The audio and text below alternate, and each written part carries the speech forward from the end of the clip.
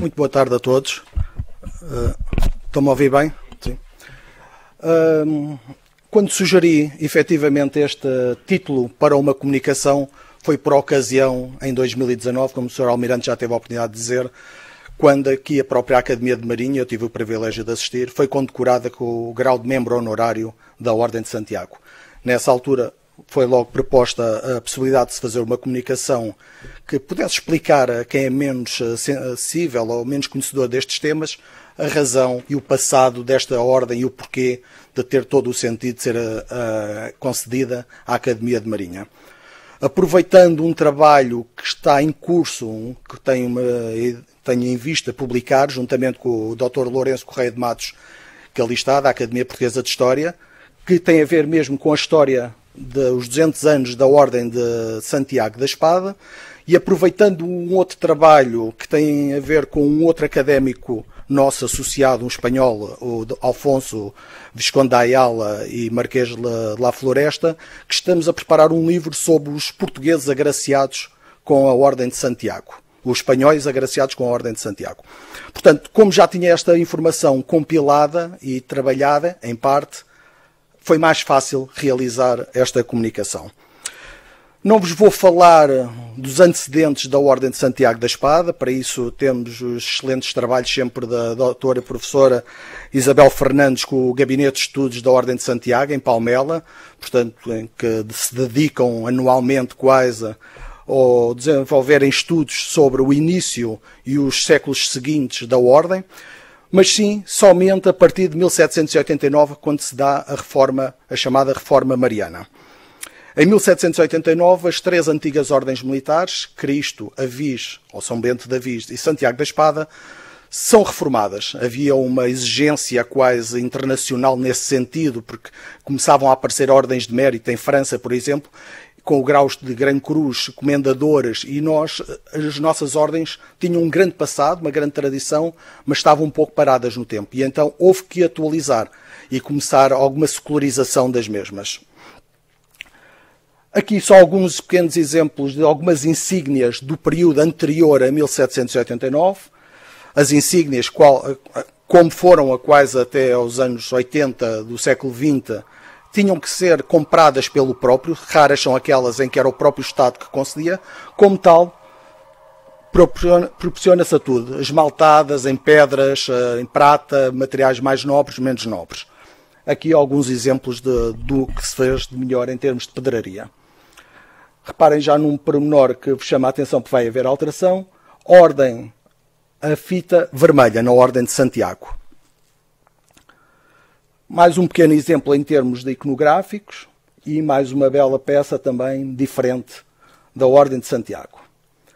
Chegamos a 1789 e o que a rainha usava, efetivamente, Dona Maria, como vêem, é uma banda de Cristo e um pendente de Cristo. Era símbolo régio, era a Ordem de Cristo aquela que tinha primazia sobre as outras duas. E isso foi uma das coisas que se quis tentar em 1789, que foi um equilíbrio das ordens. Não haver umas melhores que outras. E então, pela forma de 1789, vamos criar aqui várias situações nesse sentido.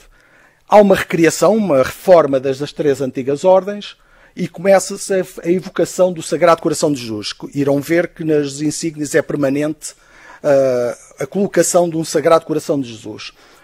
Passa a haver três classes, insígnias diferentes, Grande Cruz, Comendador e Cavaleiro, portanto ainda não há as classes todas como existem atualmente, vamos ver essa evolução. E uma grande inovação, uma insígnia própria para o Grão-Mestre, e no caso também para o Grão-Comendador, para o Príncipe Regente Dom João, que é uma insígnia única, mas que representa as grandes cruzes das três ordens. Isso, em termos falarísticos internacionais, é um ato único, não é normal acontecer. E passa para não haver o que se achava que era já um abuso, e temos, já quando foi a minha apresentação aqui sobre a Ordem de Cristo, tive a oportunidade de dizer, uma das coisas que os forasteiros, os estrangeiros, quando vinham à corte portuguesa, achavam estranho, é que havia criados no palácio a servir com a mesma insígnia que o rei estava a usar, com Cristo. Portanto, isso fazia-lhes muita confusão, o facto da Ordem de Cristo estar tão popularizada e ser aquela ordem que todos os funcionários públicos, vamos chamar-lhes assim, tinham direito ao fim de 20 anos de serviço. Isto é, em termos iconográficos, é o que acompanha o alvará e só apresenta mesmo Cristo. E tal como aqui diz que tem outra diferença de que se usarem as de aviso de Santiago das Cruzes, as cores delas que lhes pertencem no lugar que lhes dispõe a de Cristo e as insígnias. Portanto, o anexo só traz mesmo a de Cristo. Mas numa primeira fase, e atenção à questão vermelha, isto é uma banda das três ordens, já de pós-1789, mas ainda a usar, portanto, Cristo, aviso ao meio, verde, e Santiago. Estão a ver aqui, já se vê uma insígnia com a cor violeta, que já vamos ver, será aquela que vai ser adotada para Santiago, mas nesta iconografia aqui ainda temos vermelho, verde, vermelho. Portanto, diz-nos logo, em termos de datação, em termos de história da arte, que é um quadro feito entre 1789 e 1796. O alvará de 1796 vem criar em especial o equilíbrio em duas situações que o de 1789 apelava, mas que na verdade não tinha sido cumprido. Uma delas era esta situação mais pacífica da uniformidade, as cores se começarem a confundir. Isto é uma transcrição do próprio alvará e, como tal, portanto, passa a ser violeta. E aqui a banda já estamos a violeta e não a vermelho. Este é o primeiro grande princípio do alvará de 1796. E depois este, porque cria-se igualdade, mas na verdade, quando os números clausos em 1789 foram feitos, criaram-se 6 Gran Cruzes de Cristo e só 3 de Avis e 3 de Santiago. Portanto, a própria lei queria igualdade, mas dava aqui uma distinção entre ordens. E aqui então, em 1796, os números clausos aumentam e passa a haver mais 3 em cada uma das outras e então todos Gran Cruzes, 6 por cada ordem. Um caso muito particular, a banda das duas ordens, tal como foi criada a banda das três, também usámos a banda das duas ordens, quando um príncipe, geralmente príncipes, eram agraciados com a Gran Cruz de Avis, regra geral é sempre Avis e Cristo, recebiam também um biju único, uma insígnia, que fosse representativo das duas ordens com que eram agraciados. Este é um caso único, é o do Maximiliano Maria da Saxónia, o terceiro sogro do Fernando VII, qual foi agraciado com as duas Gran Cruzes, mas não Avis, porque também já era um senhor de alguma idade e não tinha qualquer ligação à parte militar. E São Bento de Avis, desde 1796 e de 1789, que era especialmente para militares. Santiago era de serviços civis. A certa altura fala-se em magistrados, mas na verdade os grandes magistrados, os desembargadores do Paço, os juízes da Mesa da Consciência e Ordem e de outros tribunais, quando tinham hipótese, o que queriam era ser agraciados com Cristo. Cristo é, sem dúvida, a mais prestigiada na altura e aquela mais pretendida. Muitos casos há em que recebem Santiago porque não têm um decretamento de serviços suficientes no seu passado. Mas mal conseguem decretar mais serviços, e isto pode-vos parecer estranho, mas todas estas condecorações eram quase sempre a pedido do próprio, e a primeira coisa que tinha que haver era o chamado decretamento dos seus serviços. Ele próprio, o agraciado ou o potencial agraciado, apresentava o seu currículo, todas as suas façanhas, o tempo de serviço, todos os louvores que pudesse ter, e isso é que era avaliado e então depois era agraciado com uma das ordens. Santiago, vamos ver muito isto, é que são agraciados, mas mal têm hipótese, pedem transferência para a Ordem de Cristo. Portanto, das três ordens é sem dúvida aquela que chega a 1789 e que está muito pouco prestigiada.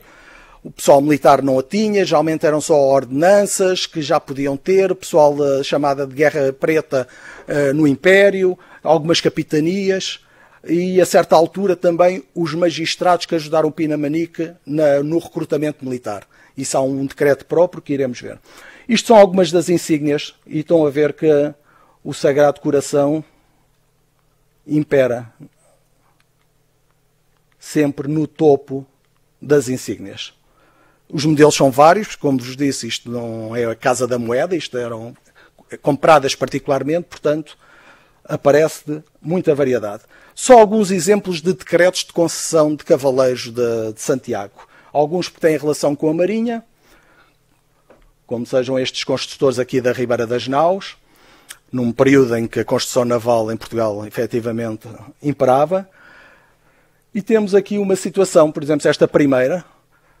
Reparem, enquanto que para Cristo, quando se ia ver as condições, as provanças que o agraciado tinha, e se podia ser ou não professo na ordem, Cristo eram muito mais rigorosas. Neste caso concreto é alguém que até teve direito a Cristo, mas quando se teve a ver o passado dele, como não obteve graça por haver algum embaraço na habilitação, que é o que vem no próprio decreto, dão-lhe Santiago. Portanto, Santiago está sempre numa posição menos simpática do que Cristo. Aqui a mesma coisa, pela dificuldade da mesa conscienciosa de lhe passar certidão para processar, o decreto, os anexos não vêm com mais informação, mas percebe-se que houve aqui algum embaraço, novamente. Um homem que teve com o Marquês de Niza e que o ajudou na sua missão no Mediterrâneo, um cônsul. Os cônsulos estrangeiros também muitas vezes eram agraciados, que estavam ao nosso serviço, vice-cônsulos e alguns cônsulos, eram agraciados também com Santiago. Poucos eram aqueles que se dava a Cristo, porque essa era mais da corte. A tal situação, isto não é propriamente um decreto, pois individualmente tem que haver um decreto régio a conceder a cada um destes juízes que se proponham pela sua ajuda ao Pinamanique. Este caso só curioso, isto tem de centenas de casos recolhidos. No caso, na defesa de Campo Maior, na Guerra das Laranjas, portanto, o grande feito de armas de Portugal, a defesa de Campo Maior, e neste caso também há um capitão de ordenanças, não era do exército regular, não era da milícias. Transferência, mais tarde, estão a ver, já após liberalismo, portanto, até neste período ainda há estas cedências de, a partir do momento que a pessoa decreta mais alguns serviços, poder fazer um update, fazer uma atualização para algo melhor. E o melhor é Cristo. Uma outra situação, também curiosa, em 26, fim de Dom João VI, no ano em que ele morre, em que se é autorizado, portanto, a sede da ordem está em Palmela, ainda hoje, como vos falei ainda há pouco de Palmela, para os estudos, e então os 12 freiros que compõem o cabide são autorizados a usar as insígnias de comendador, enquanto que até aí só o Dom Prior é que usava. Isto foi um processo complicado, muito debatido. O Dom Prior não estava muito pelos ajustes que isso acontecesse e que todos o seu cabide tivesse a usar a mesma insígnia que ele. Mas assim foi e ficou a partir daí. Isto são de 2 irmãos que faziam parte deste cabide e que está ainda em casa, na família. Mais uma prova iconográfica. Alguém do Exército, mas que foi Ministro e Secretário de Estado dos Negócios de Marinha e Ultramar, aqui com uma Gran Cruz de Santiago.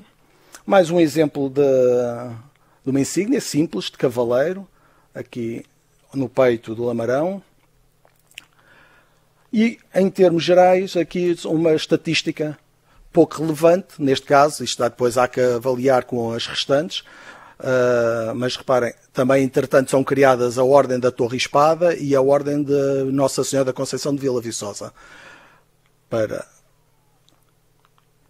E o caso concreto, isto é uma lista, não é só pela curiosidade, porque a certa altura os números aqui de 40 estrangeiros, parece que isto teve algum grande prestígio a certa altura e que houve uma renovação mas não houve. Temos entre 1845 e 46 uma série de tratados de amizade, tratados de comércio e de navegação com os vários reinos e granducados e principados da Alemanha. E então muitos desses ministros envolvidos nas negociações com os vários Estados, cada Estado era um Estado, como é evidente, o Baden, Oldenburgo, Mecklenburg-Schwerin, Dessau-Anhalt, Brunswick ou Braunschweig.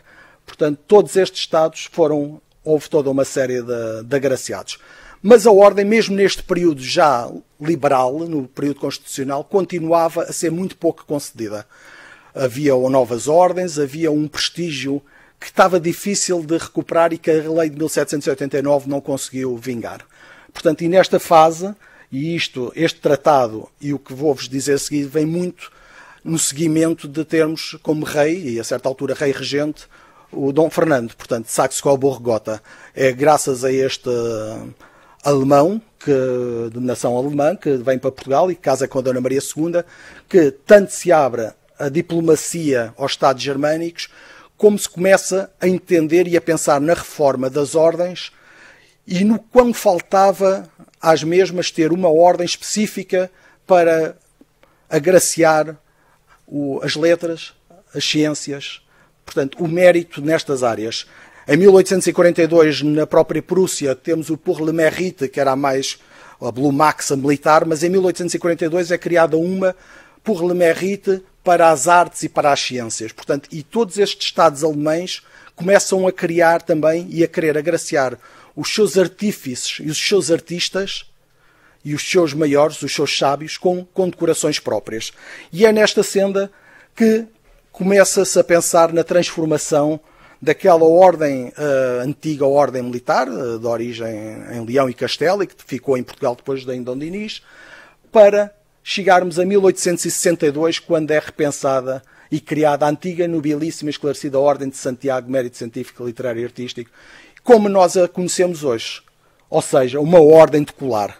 Portanto, de repente, o que era aquela menos importante passou a ser uma das mais pretendidas, uma das mais ambicionadas por portugueses e estrangeiros. Era uma ordem de colar.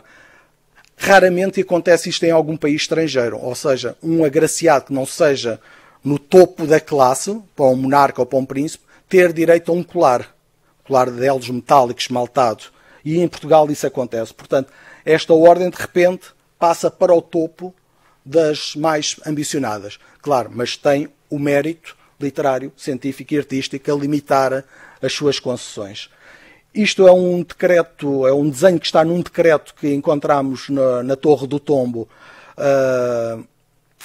e que não é fácil de o encontrar porque remete para um alvará, está arquivado numa data que remete para um alvará que foi anulado por outro, e quem tenha a historiografia atual da Ordem de Santiago nunca se iria deparar com este decreto. Mas como o que temos vindo a fazer é ler todos os decretos, todos, desde 1789 até 1910, todos os decretos do Ministério do Reino, acabámos por encontrar, por acaso, ou nesta senda de pesca, a ver tudo o que se apanhar o que é entendido, aqui pelo Brancamp, como o padrão do colar e medalha da antiga ordem, aprovado pelo Alvará. Portanto, mas não está no sítio certo, mas não de acordo com a historiografia atual, porque omite um alvará na sua própria historiografia.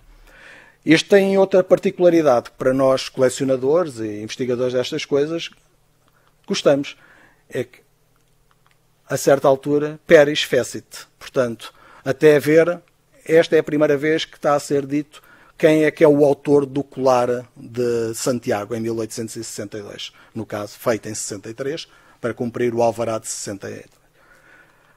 Penso que seja este Feliciano Avelino Pérez, na Gazeta das Fábricas em 65, portanto 2 anos depois, já vem com publicidade. É um homem que também sabemos que fez outras condecorações, mas mais medalhas. Porque é que fez um colar, ou porque é que foi encomendado este colar, ainda é algo que ainda está em investigação. Estas são as novas insígnias da nova ordem. Um colar. Todas as classes, menos cavaleiro, têm direito a usar um colar. Gran Cruz, nestes medalhões ovais. E uma placa, sempre para comendador, quando não acompanhada por uma banda de Gran Cruz. Portanto, basicamente, mais um grau, o grau de oficial, que não havia até aí. As 3 antigas ordens militares tinham só cavaleiro, comendador e Gran Cruz. Esta ordem passa a ter o grau de oficial, que já existia na Ordem da Torre e Espada, criada em 1832. E como já vos disse, portanto, todos os graus têm direito a usar o colar, o que é algo muito apetecível. Mas reparem, apetecível, mas como vamos ver em alguma iconografia, o próprio tem que o comprar. Portanto, muita gente não o tem. Tinha direito, mas na melhor das hipóteses usa uma miniatura, usa ao pescoço, mas pendurado de uma fita, portanto, não é propriamente como hoje, em que é concedido, quando o seu Presidente concede uma condecoração, há a oferta também das insígnias. E assim sendo, isto vai fazer com que haja toda uma série de configurações diferentes. Supostamente o primeiro Gran Cruz seria o Alexandre Herculano, está lançado nos livros das cartas régias, mas efetivamente não chegou a ser emitida, já que o agraciado não quis assim ser, não quis ser agraciado com a mesma. Eu recordo-vos que já tive a oportunidade de contar isto quando cá estive a falar de Cristo, alguns de vós estavam cá. Os emolumentos, os impostos, cada vez que alguém era condecorado, eram imensos. Eu lembro que contei, e posso tornar a contar, um indivíduo que era engenheiro de caminhos de ferro no Porto e que é feito comendador de Cristo e a certa altura manda uma carta para o Presidente do Conselho de Ministros a dizer que vai mandar uma carta que também está anexa no processo à Sua Majestade, em que agradece, mas pede renúncia, e aceita a renúncia, mas na carta para o seu amigo, Presidente do Conselho de Ministros, ele diz, eu agradeço, mas eu não pedi nada. É que os emolumentos e o selo são 8 vencimentos do meu vencimento de engenheiro. 8. E eu tenho não sei quantos filhos para criar. Portanto, muito obrigado, mas dispensa essa mercê. E é a razão de muitas renúncias de mercê durante o 19. Ou eram os próprios a pedir, a certa altura há muita tendência dos partidos políticos, em especial junto das suas zonas onde são caciques, tentar promover os mais importantes, as figuras mais conhecidas a serem agraciados, mas muitos depois pediam a renúncia porque não tinham meios nem para comprar a insígnia, mas pior que isso era pagar os impostos e emolumentos, coisa que atualmente já não existe.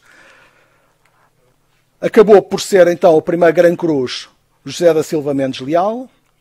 Temos aqui um belo retrato do senhor. Cá está com a sua banda, o seu colar, a placa, portanto, tudo a que tem direito.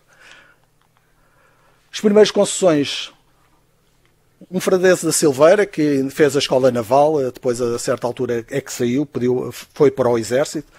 Um pouco como o Filipe Folk, que é o último dos agraciados com a Gran Cruz antes da Reforma, no ano da Reforma, mas antes da Reforma, e que também foi um homem que começou na Marinha e depois é que passou para o Exército. Primeiro oficial também, português, Manuel Inocêncio Liberato Santos, também com o seu colar.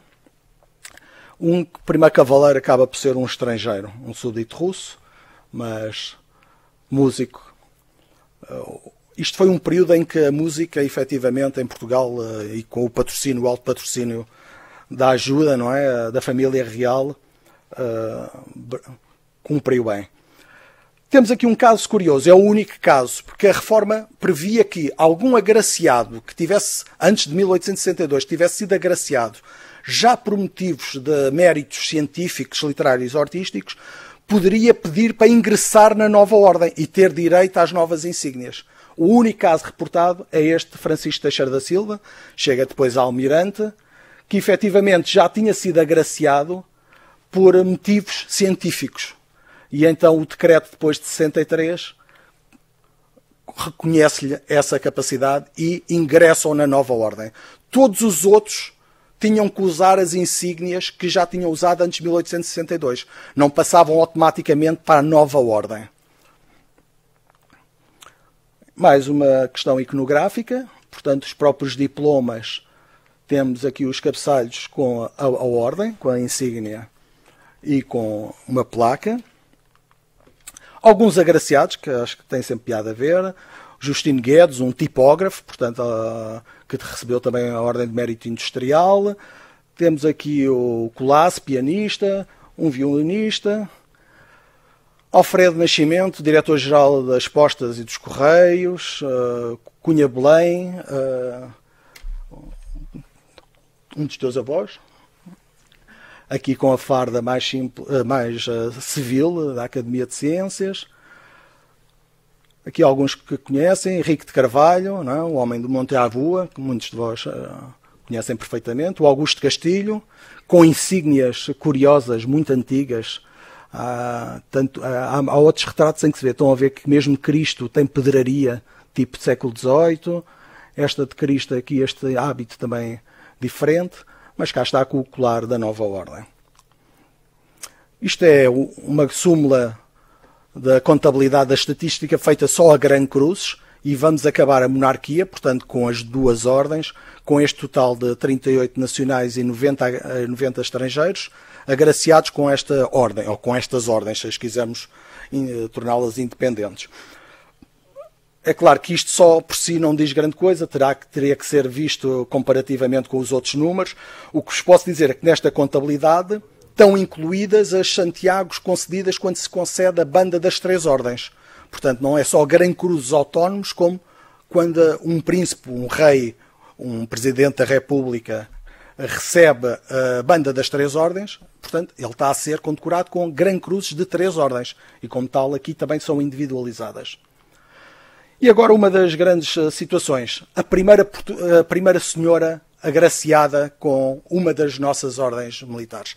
Claro que há uma exceção ou duas que são de rainhas, mas essas receberam enquanto chefes de Estado.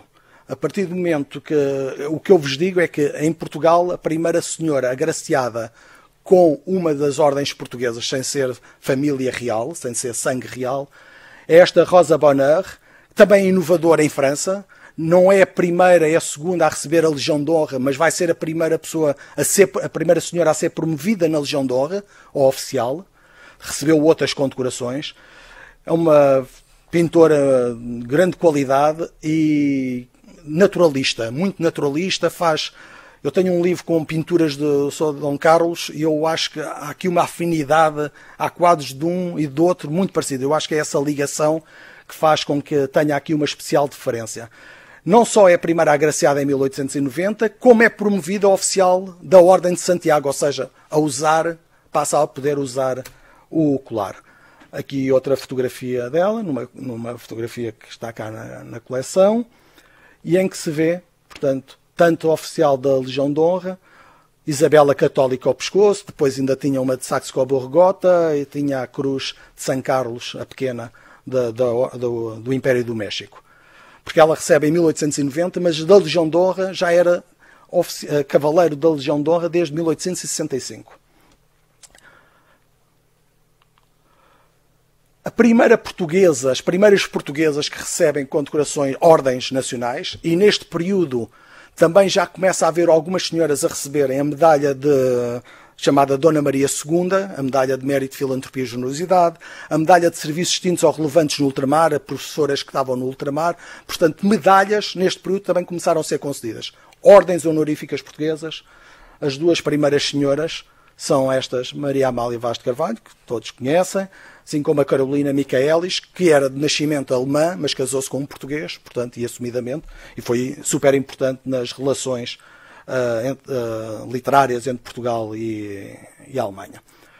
Este é o título, é o resumo dos decretos de uma e de outra. Curiosamente, estes decretos não foram publicados em Diário do Governo. Portanto, estão na Torre do Tombo, estão nos livros, temos os decretos, mas alguns não publicados. Não é caso único, mas neste período é raro não serem publicados. A lei mandava publicar. Penso que não terá havido nada assim de especial, não sei qual foi o critério, nos decretos não dizem, mas porque tornou-se público. Há fotografias, vão ver, e nos jornais fala-se do facto de ter sido agraciada. Não foi para fazer nada pelas escondidas.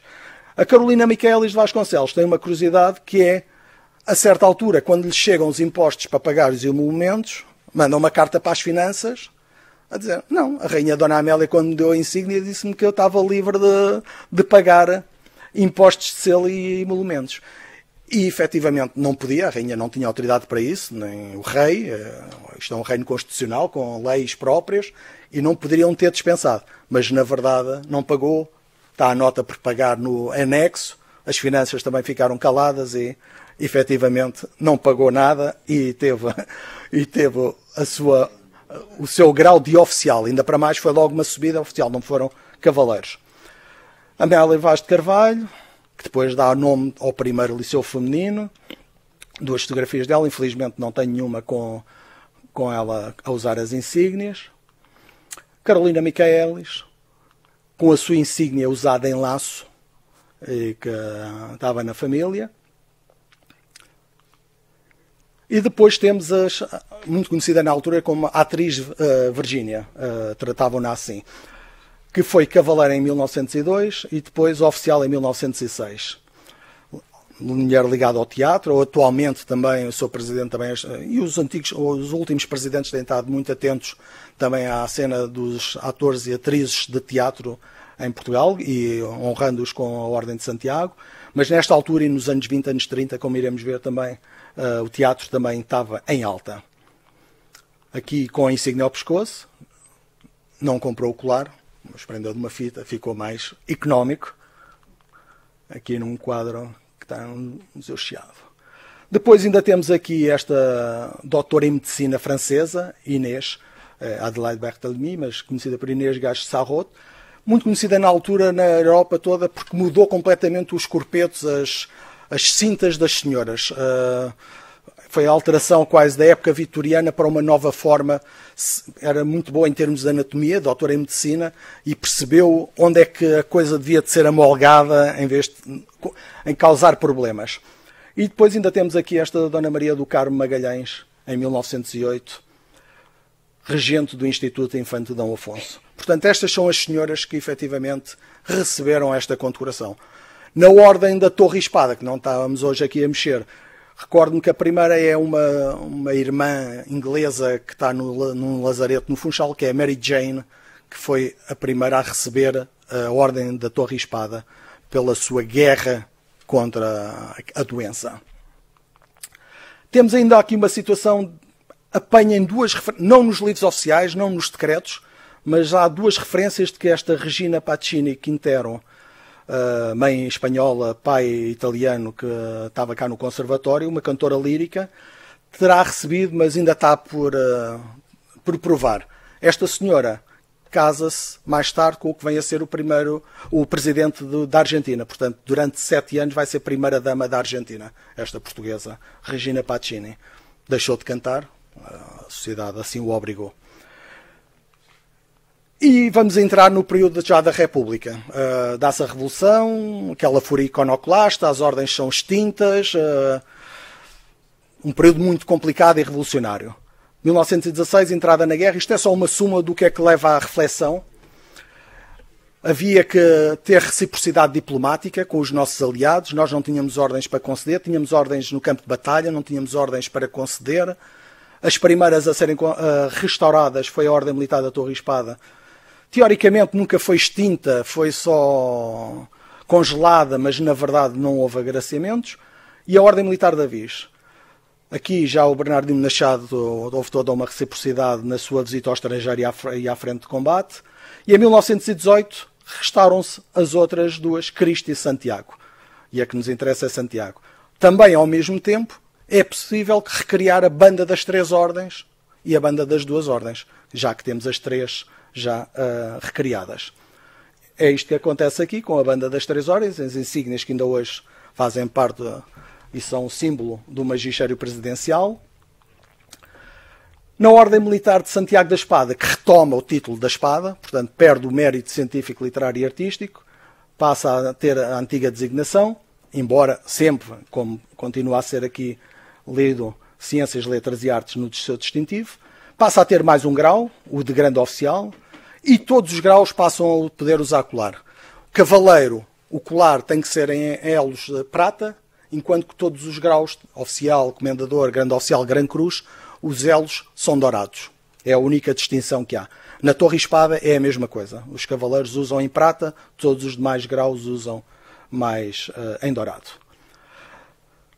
O primeiro decreto presidencial diz simplesmente, não mostra desenhos, mas fala o distintivo ser a insígnia simples da ordem. Estão a ver aqui o Ferreira Martins, o historiador militar, usa uma insígnia destas. Depois há uma interpretação que o distintivo desta ordem já deve ser não só a cruz, mas ter o listel, e efetivamente é assim que aparece. Aqui algumas formas de insígnia, isto é do Alberto Oliveira, um grande diplomata, aqui está a miniatura de Santiago. Mais uma senhora, anos 20, e esta senhora deu muito trabalho porque para o tal livro em Espanha não se estava a encontrar registro dela, Carmen de Burgos, o que é considerado por muitos como a primeira repórter de guerra do mundo, uma jornalista que veio a Portugal e foi agraciada. Embora use estas insígnias, foi feito o grau de comendador. E também nos anos 20, em 1920, quando ela é agraciada, também aquela atriz Virgínia foi promovida a comendador. Portanto, há pouco vimos em cavaleiro e oficial na monarquia, mas a República fala comendador. Em termos iconográficos, mais um género de diploma Primeira República, neste caso do Afonso de Ornelas, em que apresenta as insígnias da Ordem. E aqui alguns exemplos de insígnias. Mário de Nascimento, um diplomata que passa pela Guerra Boer, que durante a Grande Guerra vai estar na China e recebe ali uma condecoração chinesa, além destas duas. Viriato Gomes da Fonseca, nosso general do Exército, senador por Cabo Verde. O Eduardo Brazão, um homem já um bocadinho, já anos 50, 60, diplomata e também historiador. Um grande fotógrafo de Moçambique, Lázaros, Joseph Lázaros, que também foi agraciado. Este senhor não me lembro, nem sei se sei o nome, mas pedia-vos a vossa atenção para este cônego, talvez, não sei, que tanto eu como o Lourenço gostaríamos muito de saber quem é. Se alguém nas vossas investigações já se tiver cruzado, depois agradecia que me dissessem, porque efetivamente há toda uma combinação aqui de condecorações muito curiosa e que era importante saber quem é. Na Concordata, a nossa delegação, a assinatura da Concordata já nos anos 40, tanto o diplomata como os representantes principais eram eles já por si agraciados com a Ordem de Santiago. Mais umas situações aqui quando concedem a Gran Cruz ao professor Vicente Monteiro. Situações de teatro, a atriz Virgínia Vitorino, aqui que está a calcular. Estes exemplos seriam muito. A famosa Maria Matos, né, que dá nome ao teatro, também aqui a ser agraciada por Carmona. Aqui uma parte já de Marinha, embora Leó Torrego, embora aqui ainda numa fotografia dele na monarquia, mas com o colar. O Almirante Musanti. Soares de Oliveira, também da família ali do nosso comandante Belém Ribeiro. Uma fotografia em que o mestre Fão da Banda de Marinheiros recebe. Há pouco, no fim da monarquia, não vos disse uma coisa, mas se calhar posso-vos dizer neste momento. Há um decreto em 1887 que dá isenção às classes mais baixas socialmente e com menos poder económico para pagar os tais emolumentos. Quando eram feitos cavaleiros, por exemplo, os mestres das bandas de marinha, um famoso Shell, alguns das bandas militares da Guarda Municipal ou do Exército, artífices do Arsenal dos Canhões, portanto, pessoal que era agraciado, mas que não tinha condições, a partir de 1887, tem uma isenção de pagar esses emolumentos. Duas figuras também muito ligadas aqui, o Almirante Sarmento Rodrigues, também com o seu colar, aqui é uma fotografia grande de curso, tentei que se visse o melhor possível, mas ela também não tem grande qualidade. O próprio Almirante Américo Tomás também agraciado pelos seus méritos nas ciências. Entramos em 1862 e aqui a criação do Grande Colar, um novo grau. Um colar especialmente, nesta altura, dedicado a chefes de Estado. Em 1862 é a criação tanto do Grande Colar como de um grau chamado Membros Honorários. Foi aquele que foi concedido à Academia. Até agora foram concedidas a 34 chefes de Estado estrangeiros. Aqui, na altura, no ano de jubileu, temos aqui a Rainha Isabel II com a sua, recebida em 79. Uma outra fotografia dos reis da Suécia, em que o rei da Suécia também usa a Gran Cruz. 34 chefes de Estado estrangeiros, mas há duas exceções. José Saramago, quando recebeu o Prémio Nobel, e leva as insígnias quando vai receber as insígnias, quando vai receber o Prémio Nobel. Portanto, houve um decreto-lei especial. E em 2019, a título póstumo, a Sofia de Melbreiner Anderson.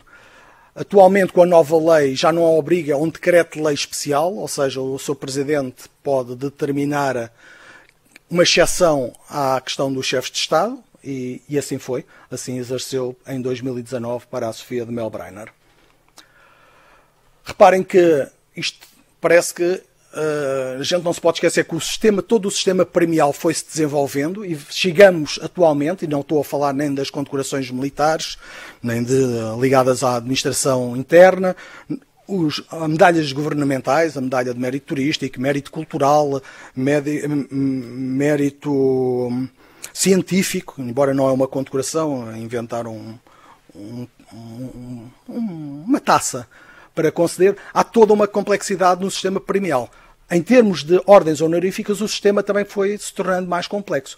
Atualmente, portanto, já com a redação de 2021, Já temos a Ordem de Camões, nas ordens nacionais, e a própria Ordem de Cristo e da Viz têm agora mais um grau, o Grande Colar.